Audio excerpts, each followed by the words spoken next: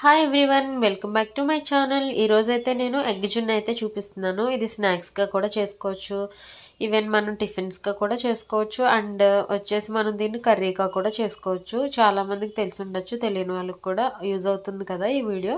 తప్పకుండా స్కిప్ చేయకుండా చూడండి. దీనికోసం నేనైతే 3 గుడ్లను అయితే తీసుకొని ఒక బౌల్లో అయితే షిఫ్ట్ చేసుకున్నాను. ఇందులో కొంచెం పసుపు, ఉప్పు, కారం వేసుకొని బాగా బీట్ చేసుకోవాలన్నమాట. బాగా అంటే కొంచెం మనం ఆమ్లెట్కి ఏ విధంగా అయితే చేసుకుంటామో అలా సరిపోతుంది. మరి ఫ్లఫీ ఆమ్లెట్ లాగా అవసరం లేదనమాట. ఆ విధంగా బాగా మొత్తం అంతా కూడా ఉప్పు, కారం, పసుపు కలిసిపోయేలాగా చేసుకోవాలి. ఈ విధంగా మొత్తం అంతా కూడా కలిపేసుకోవాలన్నమాట.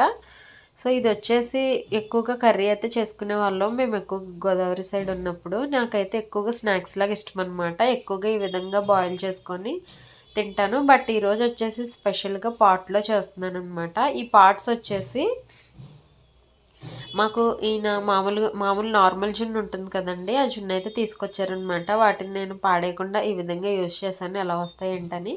ఎప్పుడు కూడా నేను స్టీల్ వాటిల్లో ఎక్కువగా యూజ్ చేస్తానమాట. స్టీల్ వాటిల్లోనే మనం ఇలాగా యాజ్ యూజువల్గా మామూలుగా బౌల్స్ ఉంటాయి కదా, ఇలా వేసేసుకొని వాటర్లో పెట్టుకోవడం అనమాట. వాటర్లో పెట్టుకొని స్టాండ్స్ ఉంటే స్టాండ్స్, లేదంటే మనం ఏంటంటే అడుగున నీళ్ళు వేసేసుకొని కుక్కర్లో పెద్ద గిన్నెలో ఒకేసారి పెట్టుకొని కూడా పెట్టుకోవచ్చు అనమాట. నేను కొండలు ఉన్నాయి కదని కొండలో ట్రై చేశాను ఈసారి.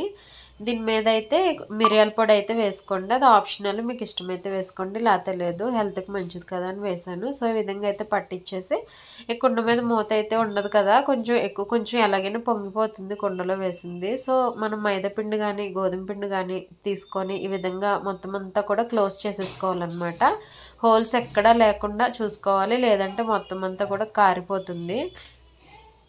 మీరు కుండలే కాదండి, నార్మల్ గిన్నెలో కూడా చేసుకోవచ్చు. నాకు ఎప్పుడు నేను నార్మల్గానే చేస్తాను, ఎందుకో కుండలు ఉన్నాయి కదా అని ఈ విధంగా చూపిస్తున్నాను అనమాట. టేస్ట్ బాగుంటుంది కదా అని ట్రై చేశాను. మొన్న కూడా మటన్ చేశాను కదా, కుండలో మటన్ చాలా బాగుంది టేస్ట్. సో ఇది కూడా బాగుంటుందేమో చేశాను, బాగుంది అనమాట టేస్ట్. సో అందుకని చెప్పి వీడియో షేర్ చేస్తున్నాను. మీకు ఈ కుండలు అందరికీ అవైలబుల్గా ఉండవు కదా, సో అలాంటప్పుడు మామూలుగా స్టీల్ గిన్నె ఉంటుంది కదా, అందులోనే మొత్తం అంతా కూడా కలిపేసుకొని పెట్టుకున్నది కుక్కర్లో అడుగుని నీళ్ళు వేసుకొని పెట్టుకోండి. లేదంటే మనం ఇలా చిన్న చిన్న గిన్నెల్లో పెట్టుకొని కూడా పెట్టుకోవచ్చు అనమాట. నేనైతే కుండల్లో వేసేసుకొని ఈ విధంగా పెట్టుకున్నాను. ఆ తర్వాత వచ్చేసి ఈ కుండల్ని డైరెక్ట్గా బాగా చిన్న చిన్న కుండలు కదా, డైరెక్ట్గా స్టవ్ మీద పెట్టేస్తే కొంచెం పేలే ఛాన్స్ ఉంటుంది. సో అందుకని చెప్పి నేనైతే ఇదైతే ప్యాన్ పెట్టుకున్నాను అనమాట. ఇదైతే ప్యాన్ పెట్టేసుకున్నాను. ఇది ఐరన్ ప్యాన్ పెట్టుకున్నాను. దీని మీద సాల్ట్ అయితే యాడ్ చేసుకున్నాను అనమాట. మనం కేక్ అది ఎలా బేక్ చేసుకుంటామో ఆ ప్రాసెస్లో చేశాను. కొంచెం బాగా హీట్ ఎక్కాక మనం ఈ కొండలు పెట్టేసుకోవడమే అనమాట. టేస్ట్ అయితే చాలా బాగుంది. అండ్ ఇది నార్మల్గానే మనం తినేయచ్చు. బ్రేక్ఫాస్ట్ కింద కూడా మనం డైట్ చేసే వాళ్ళకి బాగా యూజ్ అవుతుంది అనమాట. తప్పకుండా ట్రై చేయండి. మీకు ఎంతమందికి తెలుసో కామెంట్ చేయండి. నచ్చితే తప్పకుండా లైక్ చేయండి, సబ్స్క్రైబ్ చేయండి, అండ్ రిమైనింగ్ వీడియోస్ కూడా ఒకసారి చూడండి. నా ఛానల్లో నేను జుట్టుకి సంబంధించిన వీడియో అయితే నేను మీకు షేర్ చేశాను.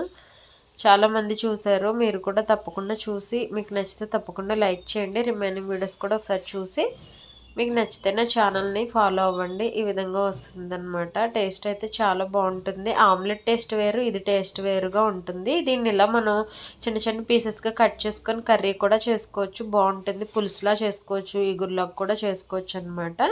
ఇది ఎక్కువగా ఈస్ట్ గోదావరిలో ఉన్నప్పుడు మేము ఎక్కువగా తినేవాళ్ళం. మీకు ఎంతమంది తెలుసో కామెంట్ చేయండి. Thanks for watching.